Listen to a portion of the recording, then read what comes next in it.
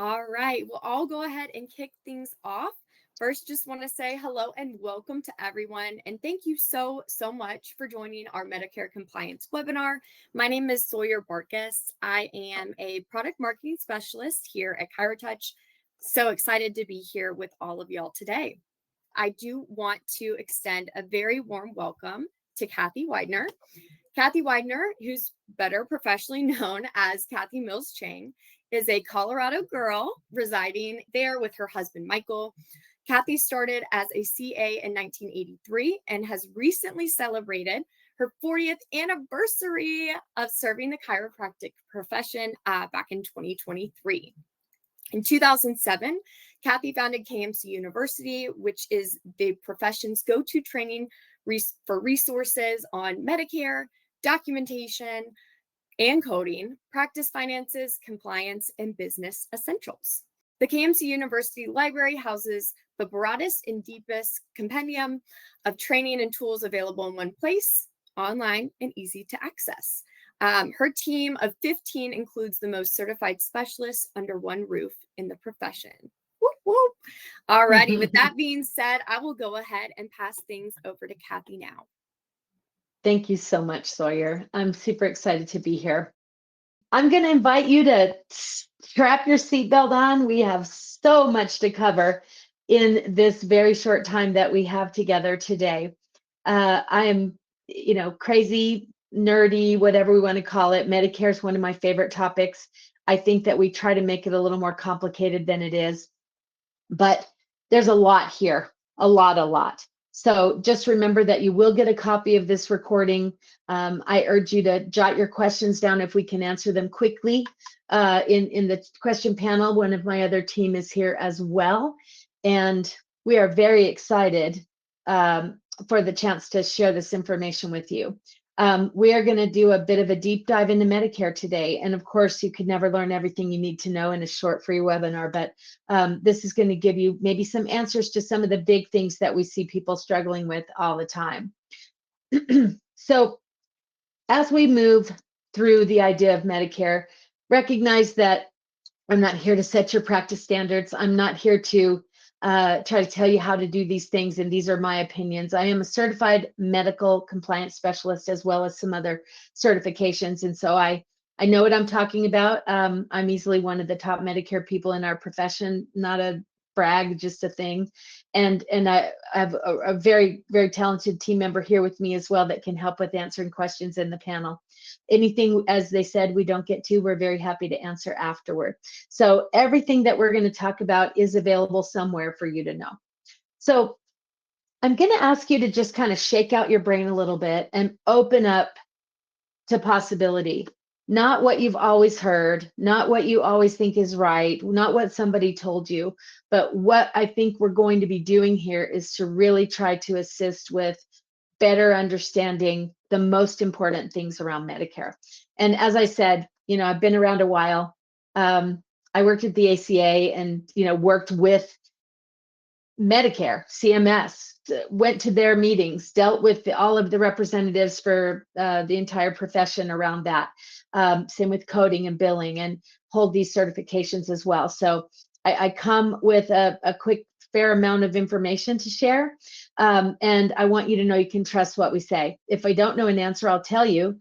And if I'm giving you a best practice answer, meaning that I can't give you chapter and verse of where you find this, I'll tell you why, so that you know you're getting the best information available. So we're going to go fast. Again, utilize that question panel if you have something that comes up. If we're going to be covering it later, we'll let you know to hang tight, and then we'll get back to it. So the truth of the matter is we've got a mess in our profession with Medicare right now. It's not as bad as it used to be, but in this instance, we really do need to kind of get our poop in a group around Medicare, because it is one of those things that the ACA is out there fighting to get us full scope coverage, and then we can't even get 3 CMT codes right. So it could be a lack of training. It could be diluted training from one person to the next. Maybe we're not paying attention, whatever that looks like. So this is a great first start to be here and to think about the things we'll talk about today. I like to drill Medicare down to an easy couple of things, and I call it the either or principle. So we know that the only things we talk about in Medicare are either a covered service or an excluded service. And you notice I don't use the terminology non-covered because that's going to be something else that we'll talk about in a minute. Every single time, either Medicare is responsible or the patient is responsible. And doctors, I completely understand you don't want to be the arbiter of that, but you have to be. You have to be the one that says this is medically necessary or not. It is active treatment or maintenance care. That is a doctor decision. It is not a patient decision. ABNs, you'll either have a mandatory or a voluntary. Every single time, it's one or the other. And of course, your CMT is either AT or GA. Now, I know there's a third one. I hope you never have to know about that, but we'll talk about it just a little bit later. So we're going to get into some of the basics. And the very first basic, if you will, is specifically about just what the services are. And as you can see here, why I mention excluded versus not payable is that you can see that the adjustment codes are 100% always payable, always covered. They're always a covered service. They may not be payable, however, in certain instances. And those 2 bullet points are really the reasons why, either maintenance care or second visit in the same day. But they're still always a covered service under Medicare. They're the only things we have. So begin to get your brain clear about covered, payable, excluded, because these are the terminology. I always like to say words matter.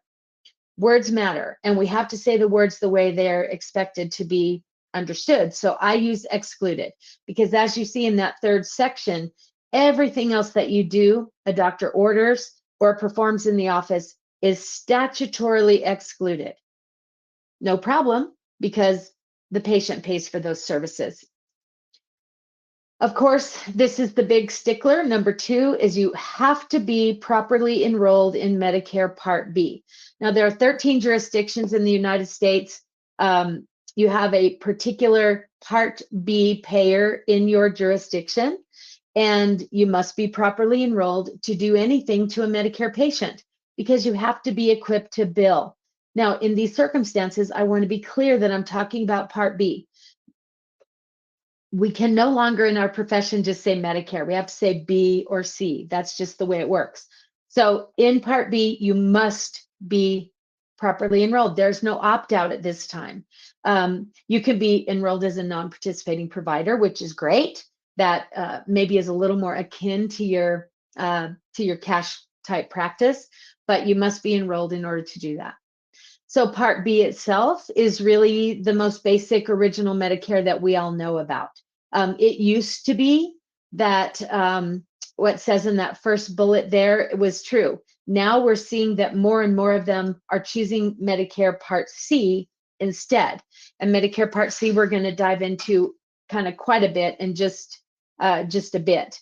But I think it's important to know that Part B costs a premium. People have to buy it. It is very different than the other things. It is where the chiropractic benefits come from as a physician. Their cards look like this. I want you to be very careful because we're coming into open enrollment season starting October, and October to December, they can change from B to C or from C to B. And if they went over to C, they probably still have this card. So it's the reason that I like to let my fingers do the walking through their wallet while they're there. Let me look at all your cards and make sure we know what's going on here. This traditional Medicare pays 80% of an allowed amount. Patient pays their deductible in any 20%. Now, when you have B, you kind of have to buy another plan to cover that gap. It's called Medigap. So the 20%, you see this is called a supplement plan. I want you to notice here how different this is than what we're going to talk about specifically to Part C. So it's a Medicare supplement. It's not a Medicare replacement or these other things. So you have to learn to read these cards and know exactly what they mean. This will pick up generally the 20%, and any additional services sometimes are also covered. So these supplements can be sold in all these different ways. And I just kind of want you to see, in some cases, some of the excluded services might even be paid by one of these supplements or secondary plans. because it's possible that the patient got some kind of a secondary as a part of retirement benefit, where they have similar insurance to what the current employees of that business have. It's why you must verify insurance for Medicare. You do not think, oh, it's a piece of cake, it's Medicare. No, it must be verified, and you have to ask all the right questions. So I want you to just take a quick peek at this and kind of get an idea of what it means when you, and words matter, accept and treat Medicare Part B patients. A lot of doctors don't actually know that you don't have to, that you have the right to just say, I turn all Medicare patients away. You have that right. I think it's a bad idea because, 10,000 plus people are aging into Medicare every day. And by the way, that includes your current Medicare base of patients. So if you're not enrolled and they get to that age, you have to send them out. You don't want to do that. So being enrolled is easy, doesn't cost you anything. It's easy to manage. And even if you want to be non-participating, as you can see on the right side, or the bottom here, non-participating providers, are just a little bit different around the fees. Everything else applies. So when you accept and treat these patients, all of these rules will apply to you. Now let's take just a small hop over to Part C. So Medicare Part C is the type of commercial Medicare plans. The patient has opted not to be in their original Medicare, and they're instead over here on the other side. Now, very interesting things happened for me personally. My husband will be 65 in March. And so I've started doing some investigation, kind of on the patient side of the world with Part C. And now I know exactly why all of these people are going to Part C. We belong to an HMO right now for the insurance for myself and my employees. And, we've navigated that for nearly 20 years. And so they have a Medicare Part C plan. They have different versions of it, but they have a main Part C plan. Right now, our premium is over $1,500 a month for the commercial plan. And when he goes over there, the premium for him will be zero, which is insane. And we're going to have the same coverage. For $32 a month, he can have vision and dental and yada, yada, and groceries and you name it. So if you're curious why your patients are doing this, that's the reason why. I'll answer one of the questions that's come in about what are the right questions to ask when you verify. If you're verifying Part B, you want to be enrolled in your Part B contractor's website. So if you have Novitas, it's called Novitasphere. There's NGS Connect if you have NGS. Every one of them has a portal for providers. And when you're in there, there's so many things you can do there. You can send billing, you can verify. And the great news about the verification is that it's going to show you, are they Part B? Are they Part C? Are they a qualified Medicare beneficiary, which you need to pay attention to? What are all the things that need to be happening? And you do that right there. I'm not a gigantic fan of doing Medicare verification outside of the Medicare portal. There's things you can subscribe to and whatnot, but for Medicare, use the free portal. You're going to have the most up-to-date information, and you don't have to jack around with all the other things that happen there. Now, getting into Part C, there's a lot more you have to know. You have to get into the medical review policy and whatnot, and we're going to talk a little bit more about that.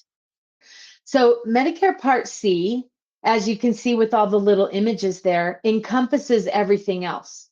So the hospital, the physician, and even the prescription drug benefit. And it's administered by private companies, all the ones all the names, the Humana, the United Healthcare, the Aetna, the blah, blah, blah, blah. And essentially, you do not deal with your Medicare Part B person for that. Everything goes through that Advantage plan. Now, you can verify over there in that portal because they give you all the information. But essentially, for all intent and purposes, Part C, you're dealing with that private carrier. So some of the most important things that you need to know are these, and I like to teach it this way. First, think about the provider. You need to know for every one of these Part C plans what the provider enrollment is, because there are 3 different kinds of options in Medicare Advantage. You notice in the lower right side, it's a PPO. You notice in, I believe this one on the bottom is a complete plan, which is an HMO. And then you might have one called a private fee for service. You see how it says health passport? Anybody old enough to remember the Mercedes 80s?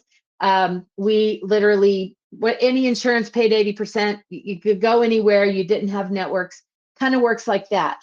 But you have to know which one the patient is in, because for all of you that said that you give them just a super bill, you can't do that if it's a private fee for service. If you accept the patient, you accept the money and you accept the fact that you have to bill. Now, likewise, what you have to know is what's the provider's status. Are you in network with the HMO? Are you in network with the PPO? And then how are we going to make sure we get the right information on the private fee for service? So if you don't want to deal with those things, you can send them elsewhere. I mean, that's really what we have to think about there.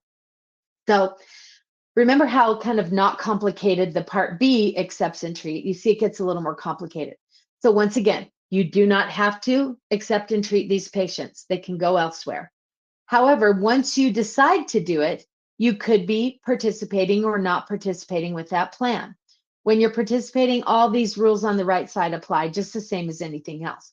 On the left side, if you're not participating with the plan, you are allowed in 99.9% of these cases to be able to treat that patient more as a cash paying patient, because don't put yourself in between a relationship with a patient and their payer when you have nothing to do with them.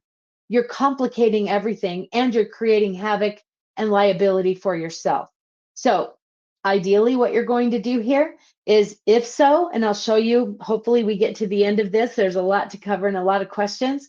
I'll talk about the fees. You do not charge more than you would have in Part B. So if you're participating, that's the par allowed. If you're non-participating, that's your limiting fee. Don't charge more than that during active treatment. And you can provide a super bill at that point if you wish to do so. So if you elect to treat and bill directly, that percentage of you that said, guess what? All these other rules apply to you now. So I want you to really think hard about Part C. It's complicated and there's things you have to know. So we're going to quickly go through what we call these big four.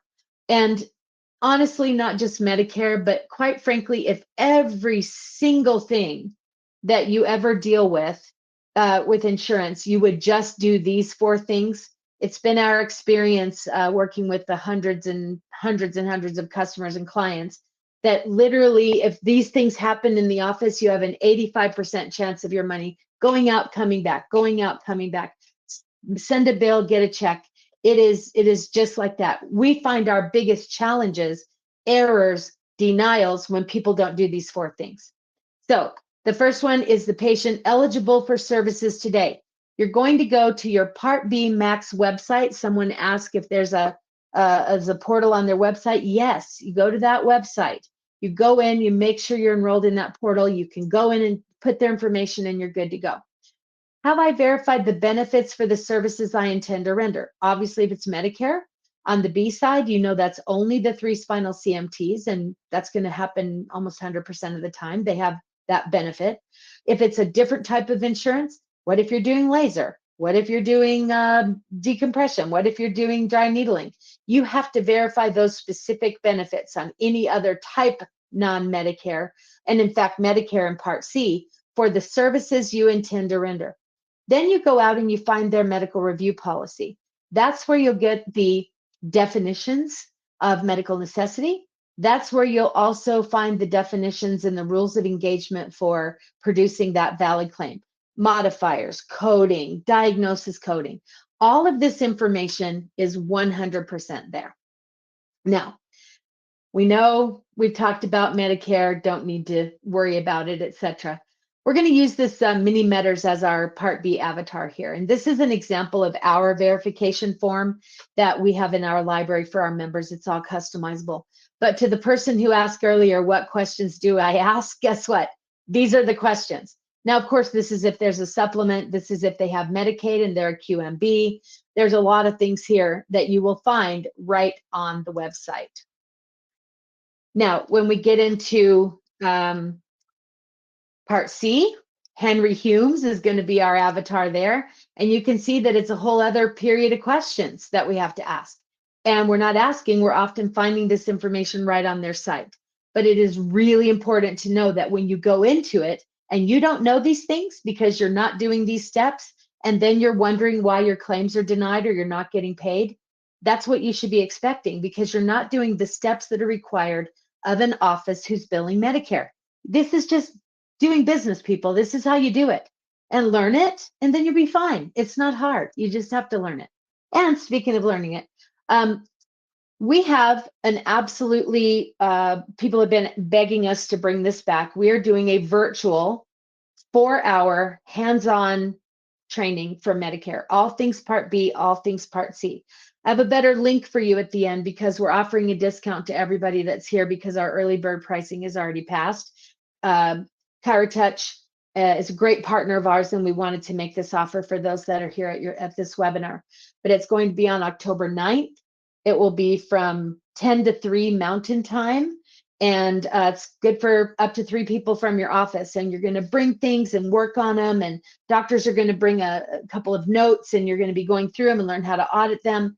It's a really, really great thing. It always sells out. We haven't done one in a couple of years, but I do urge you to consider, if you don't feel like you know some of what we've already talked about, you need training. And this is an easy, on-demand way to get that training. So let's shift gears over now into the documentation side of the world. And this is especially for you providers, that your documentation tells a story. And with Medicare, it's even more critical because your patient slips into medically necessary care and then out of it and into maintenance care, then back into it again. So imagine it's this beautiful storybook with chapters that are every different chapter of active treatment in your patient's life. When I'm teaching live in person, I always will ask, what doctor here thinks they've had a patient the longest? And it's almost always between 40 and 50 years. And my question is, what do you think their health record looks like? Like if they had a book, it would be, looks like an encyclopedia with that many volumes. So when we take a look at this, and we think about this blue circle, all of the care that a provider recommends based on their scope of practice is clinically appropriate. There's no doubt about it. That doesn't mean it's covered by a payer.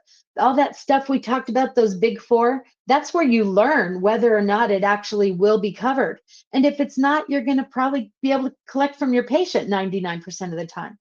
These ever smaller medical necessity definitions you will not find anywhere except in the medical review policy. And the 92% of you here that don't even know what that is or pull them, this is kind of a stumbling block. So I super urge you to really get some training around what that is. It's not hard. Let's figure out how to help you know that for every payer you deal with, Medicare or not. So getting into those medical necessity definitions, just because somebody hurts, just because I went to the chiro this morning, my upper left trap and levator scapula is in horrible pain. But am I functional? Am I able to do everything that I normally do? And maybe there's a subluxation there. But if I don't have a solid condition, then under those circumstances, it may be clinically appropriate, but not medically necessary, and therefore not billable. This is another way to look at it as well. So this is a really good image. Imagine these columns. So down at the bottom left, we have old Henry Humes, who's in a lot of pain. He aches and comes in the office. We start with that little red star, which is fantastic. And we see that he's going to slowly but surely go from red and get better. But that first visit, whatever date it is, let's pretend it's today, whatever the heck date today is. And then that goes in box 14 on your billing form. And we expect it's AT modified, meaning it's active treatment. So right in there, we get the AT modifier and we treat him. And he's going to get up and down and up and down and up and down until you see this X up here. Now, this may be the day that the doctor chose to discharge Henry from active treatment and said, I want to see you again in a month. Let's see how you're doing.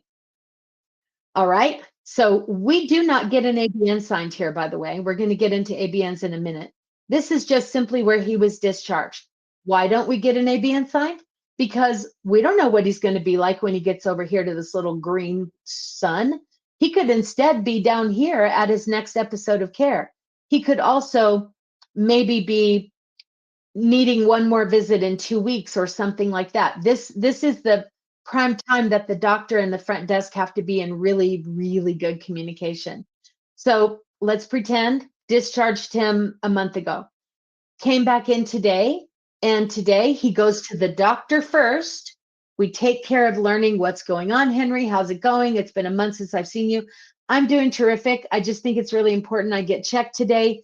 Got a little stiffness and soreness, but boy, I'm able to get back on the golf course. Boom. This is where the ABN is signed, because this is the first visit of preventive maintenance care. At this point, the patient must decide if they want this care and choose to pay for it. We pull out the ABN. In theory, you're supposed to do it before they get the treatment. And they agree. They select a box. They decide whether they want you to bill it or not. And we change our AT to a GA and we update our box 14 because this is almost like a new condition, if you will. So now this guy could go up and down, up and down, up and down for a year, for 2 years, whatever, and then he has a new thing. The ABN is no good anymore after this visit, but we don't need an ABN every visit. We don't update them in January. There's none of that. This ABN is good for as long as that extended episode needs to be. But the minute we're down here in this new achy, breaky heart down here, this is where the patient no longer needs an ABN because it's active. We change to AT. We have a new box 14 date. It's a new chapter of his life. And then the same thing happens here. This image has taught more people the aha than anything I've ever seen. And I hope that it's helpful for you as well. So when we think about that episode of care during that green section there, or during the red to green section, this is really what you're expected to do, is to have an episode of care. These first 4 items over here, after we're looking at an episode of care, are really the portions that are on that initial visit, because the documentation guidelines are very clear that the foundational visit of an episode needs certain things, especially their lack of function things, because we are going to be getting them back to function before they're discharged. So these 4 things are kind of that first visit. These are all the rest until that episode of care discharges. The chapter's closed. If you're a pain relief practice, they go away, kick them out till they hurt again. Then they come back and it's probably a new thing. But if you do maintenance or wellness care at that point, that is now a different chapter, and we have to look at it that way. So I'm curious, why we see this all the time. This is why do all the visits look the same? Well, because we salt things forward in our software and we don't pay attention, which is bad, shame. We can salt them forward, but then of course we need to use the software properly and actually update. Why do initial visits never look different, so that we don't know we have all of the components required right there? Because that's a problem too. So your patient will move freely between active treatment, wellness, back to active, back into wellness. Maybe they go away for a while and then they show up again. This is the nature of a chiropractic patient. And imagine, this is KMC language, right? You're not necessarily going to go find this in a Medicare book, but I think this is for any kind of an insured or any patient, frankly. And doctors, you'll understand what I'm saying here. You will have up here where the patient's responsibility exists, but they might have, been your patient, they trip over their dog, they go on an extended golf outing, they do whatever they're doing, and they drop below this line. These visits are 100% reimbursable and likely medically necessary. But we call it an incident when it's just a couple visits. And, you've got Medicare patients that show up, only kind of when they hurt and then they go away again. Treat them as what we call an incident. And then that's a little bit of a different documentation requirement we can teach you. Now, I call a burst of care maybe up to a month of treatment. And a full episode, anything lasting longer than a month of treatment. But when they're up here in this gray, that's Hip Pocket National Bank paying your bill out of their pocketbook. This is when there may be third-party reimbursement available. When you have an active episode of care, doctors, expect payment from the patient. CAs that are listening here, you must know to serve your doctor properly when a patient is in an active episode and when they're not. I don't have time today in this very short overview to tell you the horror stories of my career of working with offices, and the CA just schedules people and throws them in a room, and here they were, a whole new condition. All we have to do is open up our software, take a look at the last time the patient was there, look at what the latest box 14 date is, and you'll know. Don't just randomly let people call in. And I'm going to be honest with you. I'm old school. I'm a geezer. I'm sorry. But people being able to just throw themselves into your schedule, I hate it. I know it's efficient. I know it's 2025, almost 2026. But you better have a system in place where you go through every one of those people the night before, the morning of, to go, who are these people and what's going on? Holy crap, it's Joe Blow. He hasn't been here in 3 years and he just put himself in a 15-minute slot. Not happening. These are the things that hamstring our doctors. These are the problems. You can utilize that type of software and you can utilize those things, absolutely. But there are systems you have to put into place. That's just the way it works. So these are the guidelines that documentation, I don't know the right word. This is what Medicare expects of you. These are the things that you have to do to make sure that you have a foundational visit. And while I am 100% clear, everyone here who works in an office surely knows that those services, as we talked about in the beginning, are statutorily excluded and they are not covered by Medicare. But the doctor may need to do them in order to justify the care that is covered by Medicare, and the patient should pay for those. Of course they should. That initial visit has to have all of those things. That's what's important. Subsequent visits, a little bit more quick, just talking about their same, better, worse, and why and how and findings and etc. They can be very, very quick. Now, when your patients are showing up once a month, it's a problem. Not a problem, only a problem if you're trying to shove that down Medicare's throat every time with crappy documentation and not enough information to justify what you're doing. If you're using the bullet touch macros in ChiroTouch, that we designed those with ChiroTouch, we know what they're capable of, and if you're using them the way they were meant to be used, you're not going to have this problem.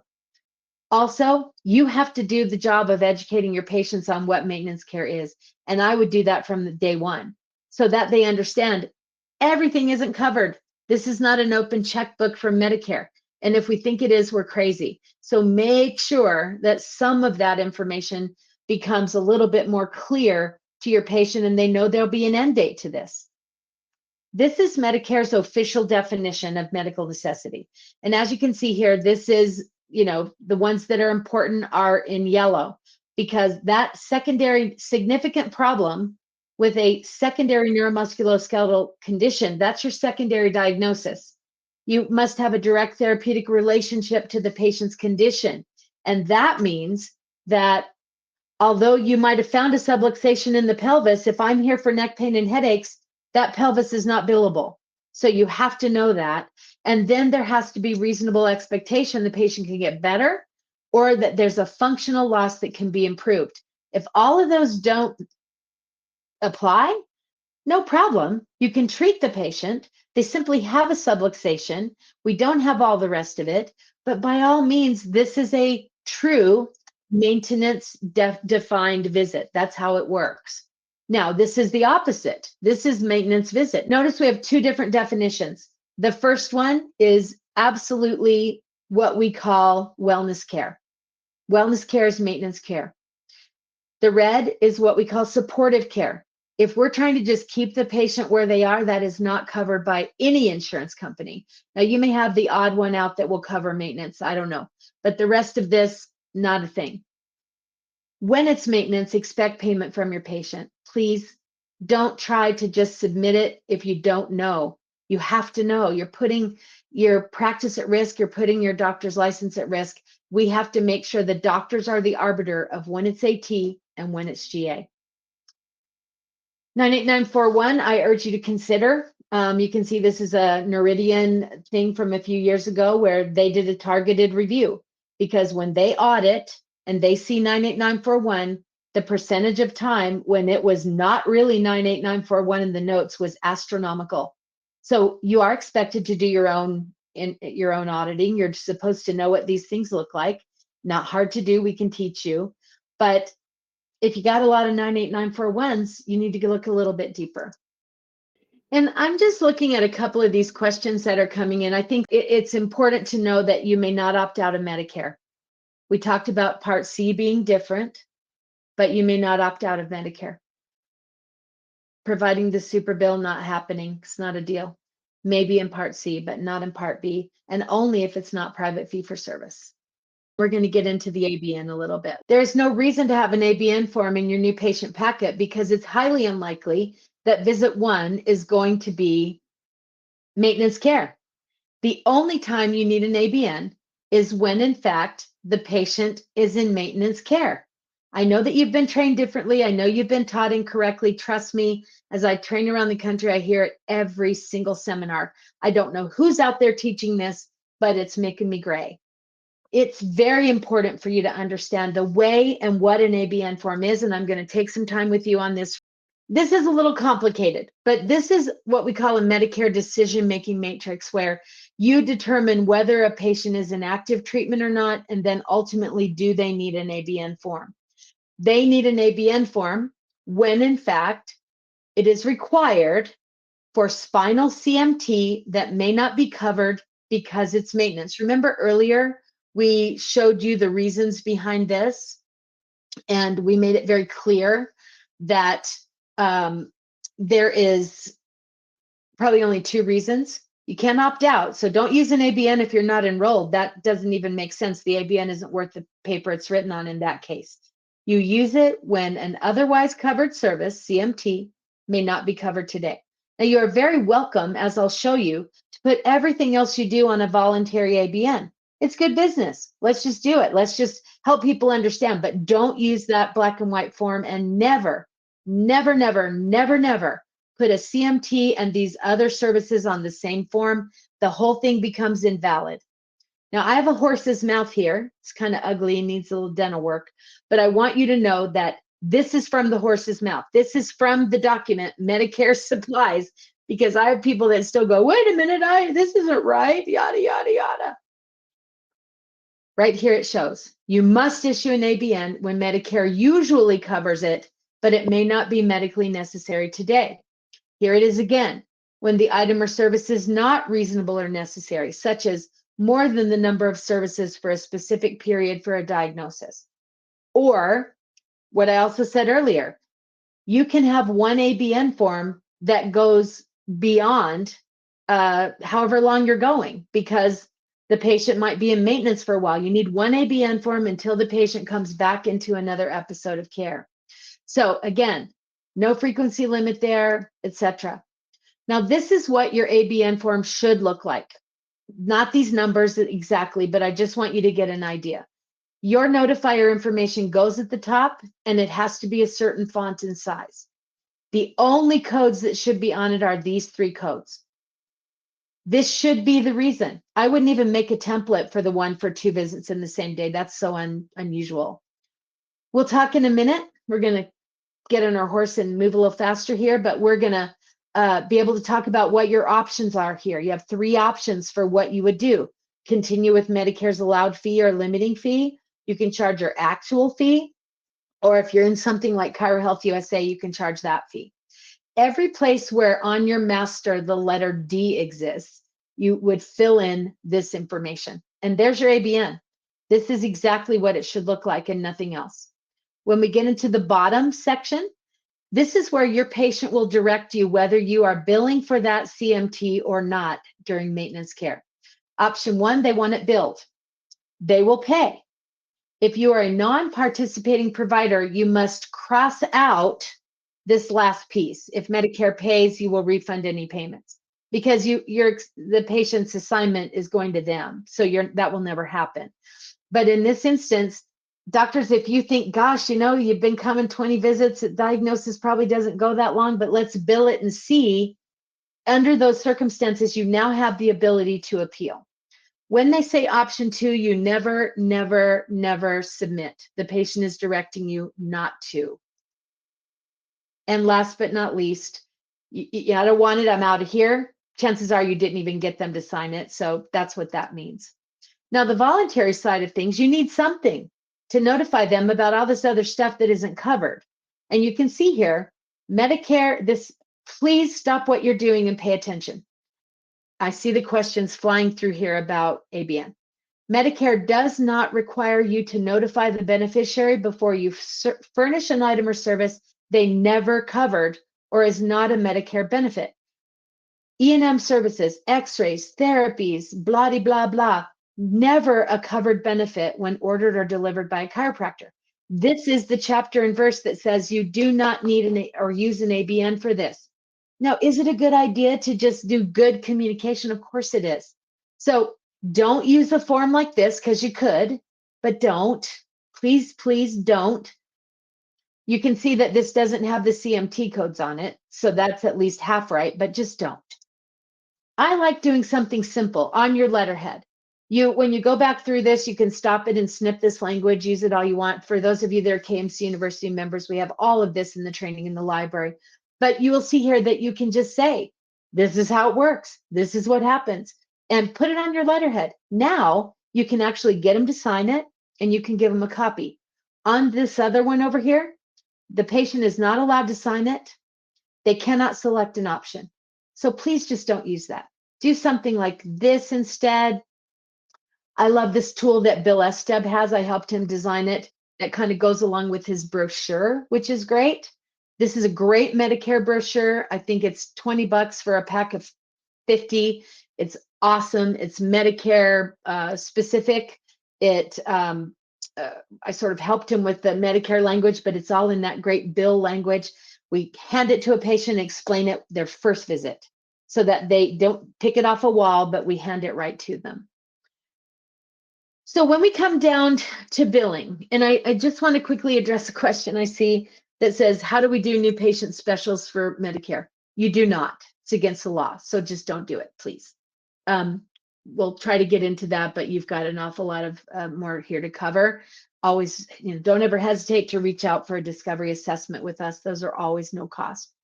So billing means you have eligibility to see the patient. We are billing and charging Medicare, and we are billing and charging patients. Now, coding represents the services and the diagnoses and modifiers that we have to know about. CMT coding should not be a surprise to anyone here today unless you just started your job yesterday. This is just the main thing that our doctors do every single day. This is exactly what they do. Active treatment is the doctor's arbitration of indicating specifically that this service is medically necessary. It meets the definition. And by the way, you're noticing a lot of other carriers are starting to use AT as well. So this is why we must do those big four things we talked about earlier. We bill it and we expect to be paid. If we're not paid, we would certainly go through the appeals process. But it shouldn't be that every patient gets AT modifier. That's a bad way to go. So you can kind of see here, these top ones are the modifiers you would use when you bill these 3 spinal CMT codes. And then these are the modifiers you would use when you bill everything else. So GP if it's a therapy service, why don't they pay for these if it's everything else? I hope you never use GX because that means you did your own thing. And even though I ask you not to, use that black and white ABN that had the big don't do it sign on it. Remember, unattended electrical stim with pads is never billed as 97014. You always use 97 G0283 rather. Jacqueline's asking why is no ABN required at the first visit for the exam and x-rays. I showed 3 slides that explained exactly why not. And if you want to go back through, you'll be able to see that. It's right out of Medicare's guidelines. It is not required. It is only for covered services that may not be covered today. Never ever charge for hot packs or cold packs ever. Can't charge the patient, can't charge Medicare. Those are bundled into your CMT. When we talk about diagnosis, you're going to go out to your MAC's website and you're going to find what's called a local coverage article. Never use the 00, that's for the head. That would be an extra spinal region that's not covered. But we always put the segmental dysfunction first, and then the secondary neuromusculoskeletal diagnosis that goes with that for that spinal region, those are a pair. They're called a couple. And if you're expecting to be reimbursed for 3 spinal regions, then we better have 3 different couples, 6 diagnoses. Very, very important to understand that, diagnosing doctors, and exactly how that works. Now, we know that generally diagnosis hierarchy looks like this. The most significant conditions should always be first, and then work our way down to all of these different kinds of things. What you'll find in Medicare is the order is that same thing. So the most significant diagnoses first, but you do the full couple. Sciatica with lumbago, and lumbar segmental dysfunction, sciatica with lumbago. Maybe that's the most significant one. Then you might have a cervical segmental dysfunction and a cervical disc degeneration. If I saw those things, I would expect to get a 98940 because I only have 2 spinal regions. So let's quickly go through some billing things, and then I want to talk about the fees. It looks like there were a few questions there. So there is mandatory submission with Medicare Part B for CMT. That's why if the patient says don't bill it, they've checked option 2 on the ABN. That's the only time you would never submit to Medicare Part B. Now, for statutorily excluded services, everything else, they are not required that they are billed. Instead, the patient will tell you whether they want them to be billed. Now, they might want that because they have a secondary that would pick it up. They might want it because they want to see the denial for themselves. There's a lot of reasons. I'll tell you the reason for me is I think it's harder to pull that stuff off and tell it not to bill it than it is to just let it go through with the proper modifiers, right? And also for Medicare to see this is what the hell we do every day in our practices. You should be covering these things for our patients.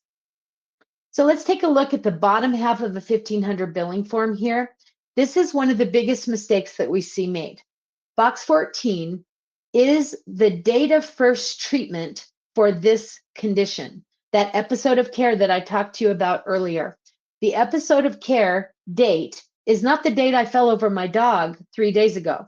It's today, the date of my initial visit. That is the date from which they begin calculating when they're looking at the diagnosis versus how many visits the patient has.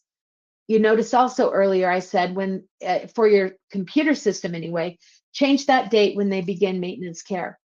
This is where your diagnoses go. They go in order. You always want the pair for Medicare. The modifier box is important. You could have more than one modifier box that you need there. That's very, very important. And of course, accept assignment.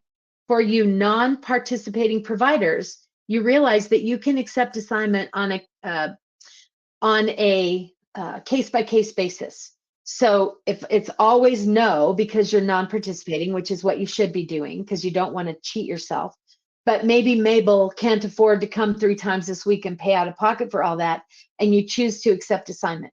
Just know you can't charge the limiting fee at the time of service.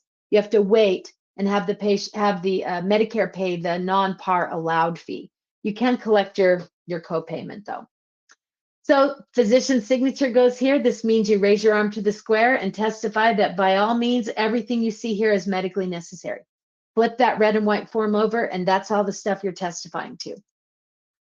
Remember, Medicare has a 1-year timely filing date. So if you go beyond that, you're not going to get paid. We could talk another 3 hours about qualified Medicare beneficiaries. The most important thing for you to know is when a patient has Medicare and Medicaid, you may not turn them away. It could be Part C, Medicare and Medicaid, and you may not charge them any money at all. You have to go through all of the payers first, even if you don't accept Medicaid. So that's a big fun game to play. Also remember that you can never bill for any of these immediate relatives of the provider.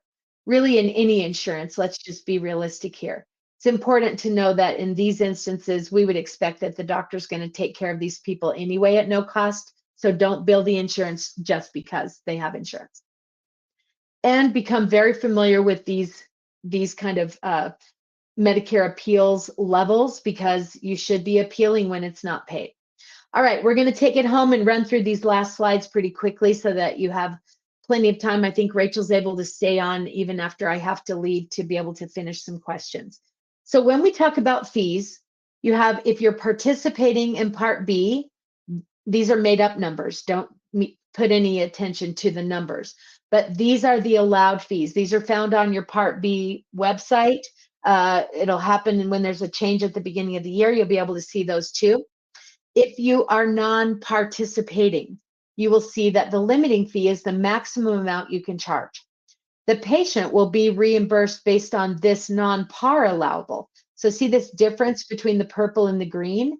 That means as a non-par provider, your patient will never recoup this money.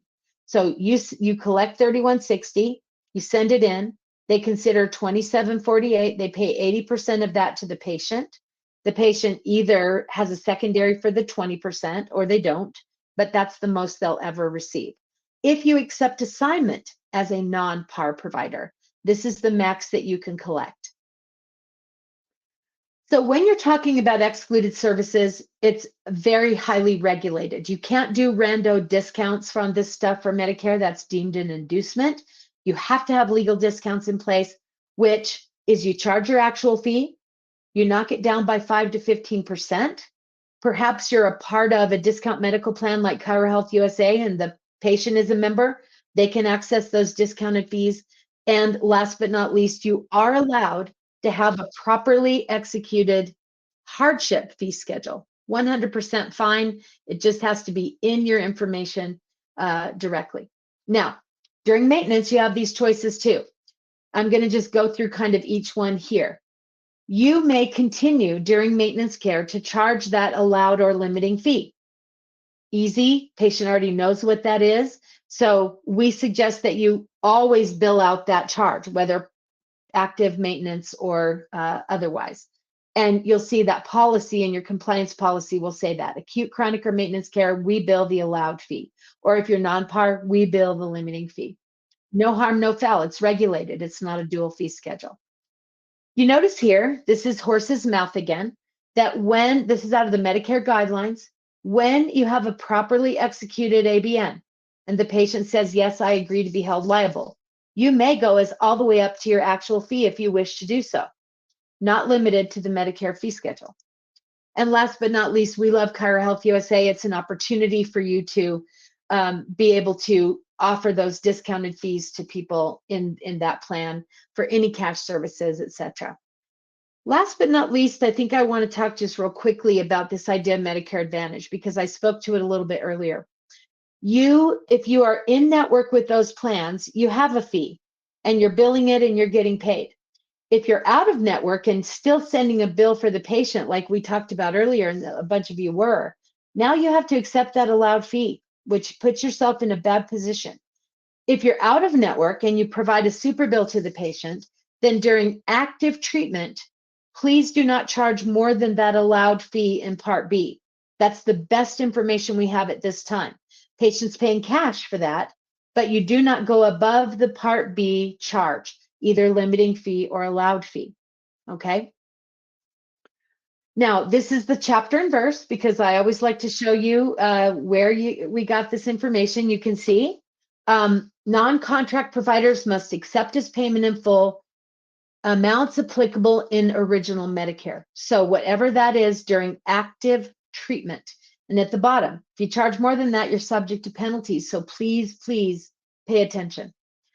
Guys, you got to know the rules to win the game. And the rules are not hard, but we can't, try to be asking our friends these questions. You need to get the answers from the Medicare guidelines, from the people that do this every single day. You have to know the rules. And honestly, we know the rules. We're here to help. We have lots of special opportunities for ChiroTouch users and ChiroTouch friends, as some of you may be. You have to rely on people who can provide you chapter and verse on why something is happening. Now, I talked earlier about this Medicare special virtual hands-on training. This is an opportunity for you because you are here at this webinar. Our early bird pricing has already ended. So I just urge you to maybe scan that little QR code. You can just even jot down our email address and call us or write to us or whatever. But mention that you are here. We will extend that special pricing. It is a deep 4-hour deep dive into Part B and Part C, true Medicare training. You're bringing things to work on at your desk and all of that kind of thing. We would love to tell you more about it, 100%. And last but not least, if you're not part of our Facebook group, I urge you to join. Once again, you can't get all your answers in a chat room, but you certainly are going to get the right answers from us, because unlike a lot of the other things, we're monitored by certified specialists in our team. And you can just also search what's in yellow there, which is great. And you will be able to get this additional information when you see the recording. Remember that you're free to choose. You're free to not know these things. You're free to just plow through like whatever, but you're not free from the consequence of your choices. And doctors, you work too hard and too long to be in business and get your license to jack around with it with things like this. I want you to be able to go, we aren't the droid you're looking for. So I love that. I know that Rachel has been a mad woman trying to answer all of these questions. I saw they've been coming in fast and furious. Carrie's asking if ChiroTouch users have access to KMC University. Of course, all the free materials are there. We offer discounts to ChiroTouch users, absolutely. We are the largest training library in our profession, and we have a live and email help desk. In fact, you'll often hear directly from Miss Rachel here. But we do offer special things for ChiroTouch users because we love you. And we love you too, Kathy. Thank you Thank you. so much. Thank you all, of course, for attending today. We really just want to take a moment and thank you all for taking the time out of your very busy schedules to be with us today. We truly do appreciate your time. To connect with Kathy and her team, you can feel free to scan the QR code, the first one here on the screen. If you're not with ChiroTouch and you're interested in exploring and learning more, feel free to scan that second code to schedule a demo with our team. And for your billing, if you're looking for a fully integrated clearinghouse, contact us with the third QR code as well. Again, thank you all for being here. We totally appreciate it. And I hope everybody has a great rest of their day. And Kathy and Rachel, thank you both so much too for being here, being our partners, and preaching the word of billing. We totally appreciate you guys.